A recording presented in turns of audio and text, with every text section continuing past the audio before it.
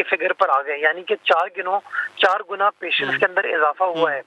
اب وہ چاہے ڈیلٹا ویریئنٹ ہو یا کوئی اور variant who, the fact of the matter is کہ وہ پیشنٹس ہیں، کرونا کے پیشنٹس ہیں، جس کی وجہ سے نتیجہ یہ ہوا ہے کہ آپ کی جو پرائیویٹ ہاسپٹلز ہیں وہ آلموسٹ سیچوریٹڈ ہے اس وقت، اور جو آپ کے پبلک سیکٹر اسپتال ہیں وہ تقریباً 65 سے 70% سیچوریشن پر آ چکے ہیں۔ تو آپ کا جو ہیلتھ کیئر کا نظام ہے وہ بڑا سیویئرلی ٹیسٹ ہو رہا ہے، اور اس لیے تمام فیصلے کرنا ناگزیر ہے۔ دوسری چیز علی، سچویشن صرف کراچی شہر میں نہیں، کراچی شہر میں تو 26-26.5% تناسب آ گیا ہے، حیدرآباد 10% سے اوپر ایکسیڈ کر گئے، بٹ اسی طرح ملک کے باقی اور اضلاع کے اندر بھی جو پازیٹیو کیسز کا تناسب بڑھ رہا ہے، اور اس کی وجہ یہ ہے کہ جو نقل و حرکت لوگوں کی ہو رہی ہے، جو لوگ موو کریں، اور بالخصوص جو شمالی ایریاز میں جا رہے ہیں ٹورزم کے حوالے سے، وہاں پر آپ کو دقت کا سامنا کرنا پڑ رہا ہے۔ تو میں سمجھتا ہوں ہم سب کو صرف صوبہ سندھ کے لیے نہیں، اوور آل پاکستان کے پرسپیکٹو کو بھی مد نظر رکھتے ہوئے کوئی اس طرح کی اسٹریٹجی بنانے کی ضرورت ہے، ایسی حکمت عملی بنانے کی ضرورت ہے کہ بجائے اس کے کہ لوگ آپس میں ایک دوسرے کو تنقید کا نشانہ بنائیں یا ایک دوسرے سے لڑیں، ہم سب کو متحد ہو کر مل کر کرونا وائرس کی وبا سے لڑنا ہے۔ اور میں سمجھتا ہوں وہی سب سے امپورٹنٹ چیز ہے کہ ایک یونائٹڈ میسج جائے، چاہے وہ سیاسی لیڈرشپ ہو، چاہے وہ بزنس کی لیڈرشپ ہو، یہ تمام سوشل لیڈرشپ ہو، اور اس میں میڈیا کا بھی بڑا امپورٹنٹ کردار ہے کہ ہم ایک عام آدمی کو کنونس کرنے میں اپنا کردار ادا کریں کہ اگر وہ ماسک نہیں پہنے گا، احتیاط نہیں کرے گا، ویکسین نہیں لگائے گا، تو سچویشن اللہ نہ کرے بہت جلد خطرناک ہو سکتا ہے۔ اچھا مرتضیٰ وہاب صاحب، تاجر پریشان ہیں، دکانیں پھر بند ہونے جا رہی ہیں، کاروبار کا پہلے بہت نقصان ہو گیا، عام آدمی بھی جاننا چاہتا ہے کہ لاک ڈاؤن کی مدت کیا ہوگی، کب تک رہے گا؟ دیکھیے، اگر آپ ماضی پر نظر ڈالیں، جب پچھلے سال ہم نے سختیاں کی تھی فرسٹ ویو سیکنڈ ویو کے دوران، تو ایک 14 دن کا اگر پراپر لاک ڈاؤن ہو جاتا ہے تو وہ چیزوں کو بریک کر دیتا ہے۔ جو آپ کا وائرس کا سپائک ہے اس میں ایک پلیٹو آ جاتا ہے، بیکاز لوگوں کی نقل و حرکت جو ہے وہ اس طرح اوپنلی نہیں ہو رہی ہوتی، تو نیچرلی ڈاکٹرز کی مشاورت کے ساتھ یہ فیصلہ کیا جائے گا، اور اسی لیے وزیر اعلیٰ سندھ نے فرائیڈے کو فیصلہ کیا ہے کہ ایک بار پھر صوبائی ٹاسک فورس کی میٹنگ ہوگی، جس کے اندر ہم تمام نمبرز کو دیکھنے کے بعد، سچویشن کو دیکھنے کے بعد اپنے آگے کا لائے عمل طے کریں گے۔ آج کی پریس کانفرنس کرنے کا بنیادی مقصد لوگوں کو بتانا تھا کہ فرائیڈے کے بعد گلہ نہیں کیجیے گا، شکایت نہیں کیجیے گا کہ آپ نے سختیاں کر دی، لوگوں کو یہ بتانا تھا کہ سچویشن اتنی خطرناک ہو گئی ہے کہ اگر ہم بر وقت اب یہ فیصلے نہیں کریں گے تو اس کا نقصان بھی ایک عام آدمی کو ہوگا۔ اچھا، اس میں سر ایک شکایت ہے تاجروں کو کہ کم سے کم یہ تمام فیصلے آپ بالکل اچھی باتیں لینے چاہیے، لیکن ایک دفعہ تاجر کہتے ہیں ہم سے مشاورت پہلے کر لیا کریں۔ سر وہ کیوں نہیں کرتی سندھ گورنمنٹ ان سے مشاورت؟ تاجروں کے ساتھ بھی ملاقات کی جائے گی، اور جو سیاسی لیڈرشپ ہے ان کے ساتھ بھی ملاقات کی جائے گی، فرائیڈے سے پہلے وہ ملاقات کر لی جائے گی، لیکن تاجر بھی یہی کہیں گے، ہمیں ان کی تکلیف کا اندازہ ہے، ان کی بھی فائنینشیل ڈیفیکلٹیز ہے، وہ کہیں گے نہ کھولیں، ہم ایس او پیز کو مینٹین کر لیں گے۔ علی، آپ کسی بھی بازار میں چلے جائیں، اور میں اپنے شہر اپنے صوبے کی بات نہیں کروں گا، آپ سارے ملک میں چلے جائیں، کہیں پر ایس او پیز فالو نہیں ہو رہے۔ ابھی سوشل میڈیا پہ ویڈیوز چلی ہیں، تصاویر ہے کاغان ویلی کی، ناران کی، ہمارے ناردرن ایریاز کی، کسی شخص نے ایس او پیز کو فالو نہیں کر رہا، تو ایک بڑی ڈیفیکلٹ سچویشن ہے، اور میں سمجھتا ہوں وہ ڈیفیکلٹ سچویشن کے اندر آپ کو ڈیفیکلٹ فیصلے کرنا پڑتے ہیں۔ میں اپنے تاجر بھائیوں سے بہنوں سے گزارش کرنا چاہوں گا کہ اپنی عوام کے بہترین مفاد میں، اپنے بہترین مفاد میں، اپنے گھر والوں کے رشتہ داروں کے بہترین مفاد میں تھوڑا سا حکومت کا ساتھ دیں۔ اگلے 10-12 روز جو سخت ہوں گے اس میں آپ نے اگر ہمارے ساتھ دیا، کوآپریٹ کیا، تو یقین جانیں ہم اس کی سپائک کو روک سکتے ہیں، اس کو پلیٹو کر سکتے ہیں، اور ایک بار جب چیزیں انڈر کنٹرول آ جائیں تو جس طرح ماضی میں ہم نے چیزوں کو کھول دیا تھا، ہم ایک بار پھر چیزوں کو کھول دیں گے۔ بہت بہت شکریہ مرتضیٰ وہاب صاحب۔ ناظرین، کورونا کے ڈیلٹا ویریئنٹ پر پاکستانی شش و پنج کا شکار ہے، انہیں یقین نہیں آ رہا کہ کورونا ایک بار جا کر واپس کیسے آ سکتا ہے، وہ بھی مزید شدت کے ساتھ۔ لیکن بھارت اور انڈونیشیا سمیت دنیا کے کئی ممالک میں ایسا ہو چکا ہے۔ پاکستان میں نئے کورونا کیسز میں سے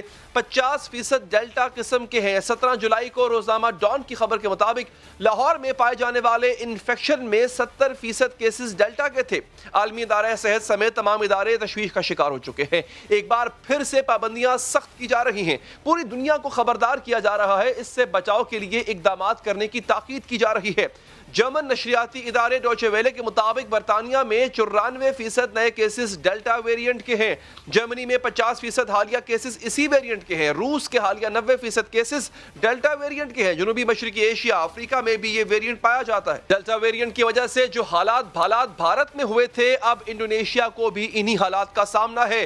انڈونیشیا میں تصدیق شدہ کیسز کی تعداد 32 لاکھ سے تجاوز کر چکی ہے. 86,000 اموات ہوئی ہیں. 24 گھنٹوں کے دوران ہلاکتوں کی تعداد 2,000 سے بڑھ چکی ہے. اتنی زیادہ اموات ہسپتالوں اور تدفین کا بندوبست کرنے والوں کے لیے چیلنج بن چکی ہے. کورونا کا پھیلاؤ روکنے کے لیے 20 صوبوں میں لاک ڈاؤن نافذ کر دیا گیا. ہسپتالوں میں جگہ ختم ہونے کے بعد اب مریضوں کو جو ہے وہ ٹینٹوں میں رکھا جا رہا ہے. آکسیجن سپلائی ختم ہوتی جا رہی ہے. لوگ آکسیجن کی تلاش میں مارے پھر ویریئنٹ کرونا وائرس کی ایک ایسی قسم ہے جو دوسری اقسام کے مقابلے پر 50 سے 60% زیادہ تیزی سے پھیلتی ہے. ڈیلٹا ویریئنٹ کے شکار مریضوں کے اسپتال جانے کا خطرہ زیادہ ہوتا ہے. یہ زیادہ ہلاکت خیز ہے اور دوسری اقسام کی نسبت زیادہ لمبے عرصے تک جسم میں موجود رہتا ہے. ادارہ صحت نے کرونا وائرس کے ویریئنٹس کی شناخت کا ایک نظام متعارف کرایا ہے. اس نظام کے تحت برطانوی ویریئنٹ کو الفا، جنوبی افریقی ویریئنٹ کو بیٹا اور بھارتی ویریئنٹ کو گیما کا نام دیا گیا. لیکن پھر اکتوبر 2020 میں بھارتی ریاست مہاراشٹر سے ڈیلٹا ویریئنٹ کی نشاندہی ہوئی.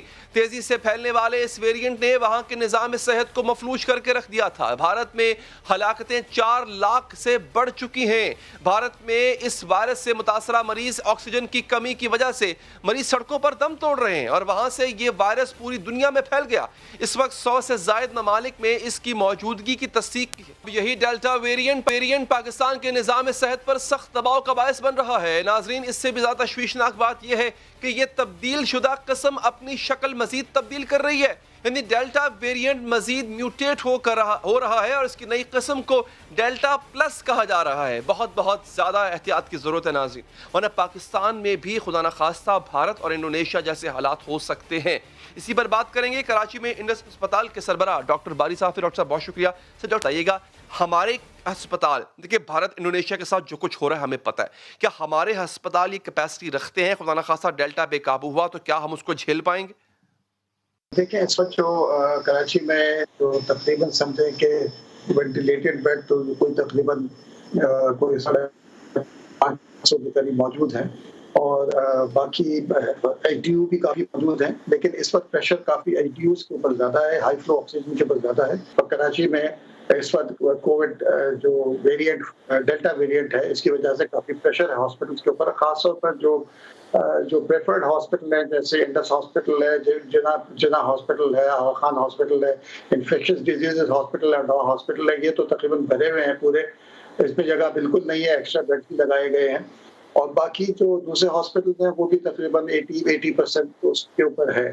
آج ٹاسک فورس کی میٹنگ ہوئی تھی، اس کے بعد پرائیویٹ ہاسپٹل کے ساتھ چیف منسٹر نے میٹنگ کی تھی کہ پبلک سیکٹر ہاسپٹل میں اور پرائیویٹ ہاسپٹل میں بیڈ کو کیسے بڑھائے جائیں گے. تو وہ کیونکہ اگر خدا نخواستہ اگر ہم لوگ جس طریقے سے احتیاط ہم لوگ ایس او پیز پہ عمل نہیں کر رہے ہیں انفارچونیٹلی، جس کی وجہ سے پریشر بہت بڑھ رہا ہے، تو اس لیے آئندہ کبھی ایسا نہ ہو کہ کوئی ایسی سچویشن میں ہم چلے جائیں جہاں کے بیڈ نہ ملے. ابھی سچویشن جو ہے، جو وینٹ کی پوزیشن ہے، اس وقت تقریباً 76 بیڈز وینٹیلیٹر پہ مریض ہیں، جبکہ ہمارے پاس کوئی 350 بیڈ وینٹیلیٹر کے ابھی موجود ہیں جو کہ خالی ہیں. اس کے علاوہ آئی ٹی یو بیڈز بھی جو ہے نا 50% کے اوپر کیپیسٹی ہے. لیکن جس طریقے سے یہ رائز ہو رہا ہے تو یہ خدا نہ خواستہ اللہ نہ کرے کہ ہم اس سچویشن میں آئیں کہ لوگوں کو بیڈ نہ ملے. یا اللہ. تو ڈاکٹر صاحب، اب جو گورنمنٹ نے اسٹیپس اٹھائے ہیں وہ آپ کو لگتا ہے بالکل ٹھیک ہے؟ لاک ڈاؤن ہی اس کا واحد حل ہے اس کو روکنے کے لیے؟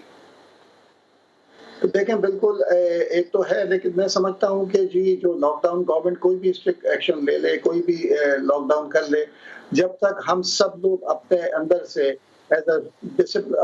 جو ذمہ داری کا احساس نہیں کریں گے کیونکہ اور اپنی ایس او پیز پہ عمل نہیں کریں گے، تمام لاک ڈاؤن بے معنی ہو جائیں گے اور حکومت کو اور زیادہ سخت اقدامات کرنے پڑیں گے. ایک کرفیو جیسی سچویشن کے اوپر جانا پڑے گا.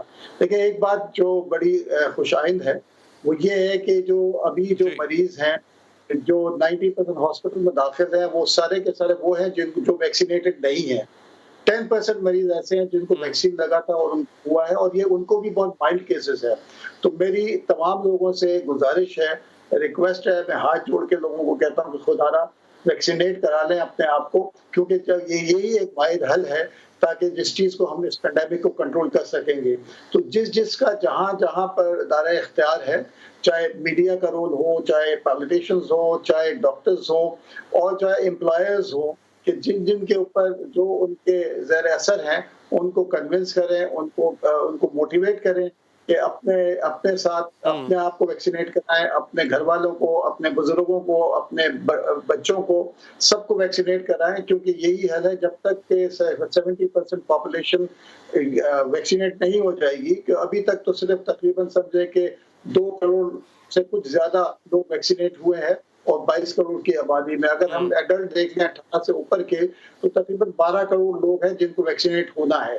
اور اس میں اچھی بات یہ ہے کہ حکومت چاہے پروونشل حکومت ہو، چاہے فیڈرل حکومت ہو، یہ ویکسین مفت مل رہی ہے. یہ ایک بہت بڑی نعمت ہے، تو کفران نعمت نہ کریں، بالکل کرائیں. ایسے بہت سارے ممالک ہیں جہاں پر لوگوں کو بلیک میں خریدنی پڑ رہی ہے ویکسین لگانے کے لیے. یعنی ویکسین لگانا اس کا واحد حل ہے. اپنے پیاروں کی جان بچانی ہے تو آپ سے میری بھی اپیل ہے، پلیز ابھی جائیں ویکسینیشن کروائیں. ایک وقفہ لیتے ہیں، وقفے کے بعد آپ کو بتائیں کہ سعودی عرب پاکستان کے اتنا قریب کیسے آتا جا رہا ہے، کیا مقصد ہے، پاکستان سے کیا چاہتا ہے. بات کریں گے ظفر ہلالی صاحب سے اس وقفے کے بعد. علاقائی سیاست ایک بار پھر انگڑائی لے رہی ہے. آج کی خبر ہے کہ اس سال کے آخر تک امریکہ عراق میں اپنا جنگی مشن ختم کر دے گا، اپنی فوجیں واپس بلا لے گا. اور آج کی خبر ہے کہ سعودی عرب پاکستان سے تعلقات میں وسعت چاہتا ہے. آج سعودی وزیر خارجہ شہزادہ فیصل بن فرحان نے ایک روزہ دورے پر پاکستان آئے. وزارت خارجہ میں پاکستان اور سعودی عرب کے درمیان وفود کی سطح پر مذاکرات ہوئے. دو طرفہ سیاسی، اقتصادی اور سرمایہ کاری کے موضوعات پر بات ہوئی. دفاع تعاون کے فروغ پر تبادلہ خیال ہوا. سعودی وزیر خارجہ نے پاکستانی ہم منصب کے ہمراہ پریس کانفرنس کی. بات بھی بہت اہم ہے کہ سعودی وزیر خارجہ نے ان علاقائی